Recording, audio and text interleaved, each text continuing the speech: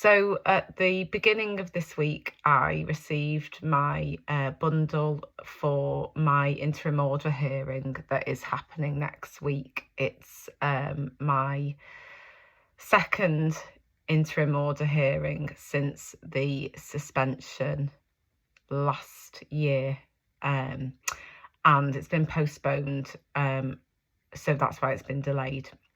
And we're now at this point, and I wanted to talk a little bit about this because within the bundle, one of the things that they have cited as a reason for them wanting to continue with this suspension, and I quote, the risk of reputational damage to the NMC. They also talked about my attitude, but they highlighted the risk of reputational damage to the NMC.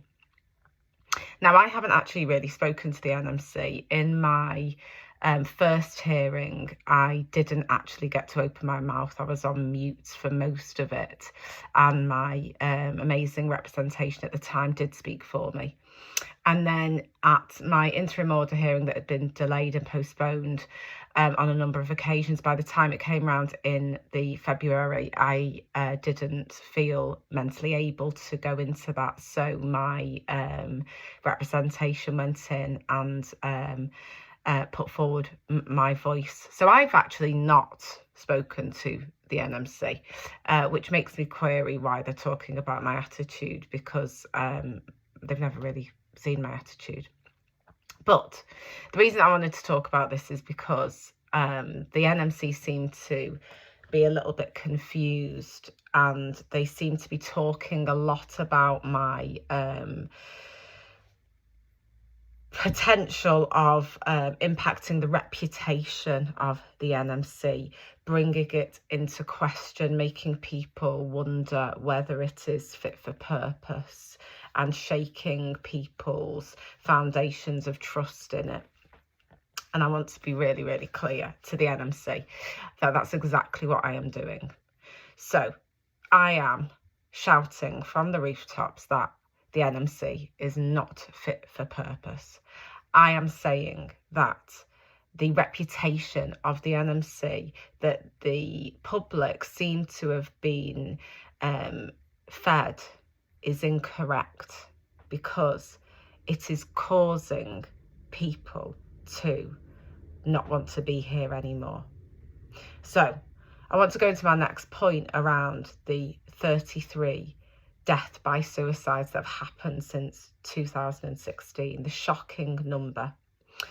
I was speaking to somebody yesterday about it, and they were talking about it, and they were saying, and since this has come out over the past week, lots of people have talked to me about this and sort of said, I can't believe it, it's really shocking. 33 deaths is just a horrendous amount. And I've been like, no, I know it is, isn't it? It really is. And I've started to reflect on it, and I've thought, it is, but it doesn't feel shocking. And the reason it doesn't feel shocking is because if you have gone through an NMC process, or you're going through it, you are likely to have felt like the alternative of not being here is a better option. You have felt so crushed and degraded by the whole thing that actually it's crossed your mind that not being here, taking yourself out of the equation, not just for you, but for your family and people around you, is a better option. And that's really sad. But we've become so desensitized to the normality of feeling like that because of an organisation and an institution that is supposed to protect the public and regulate us as nurses. We have ended up feeling like this is a normal feeling. And it's only when we sit back and we look at it and people around us say, actually, this is really shocking, that we're starting to wake up ourselves. And I speak to myself and say, yeah, it actually is, isn't it? It actually is.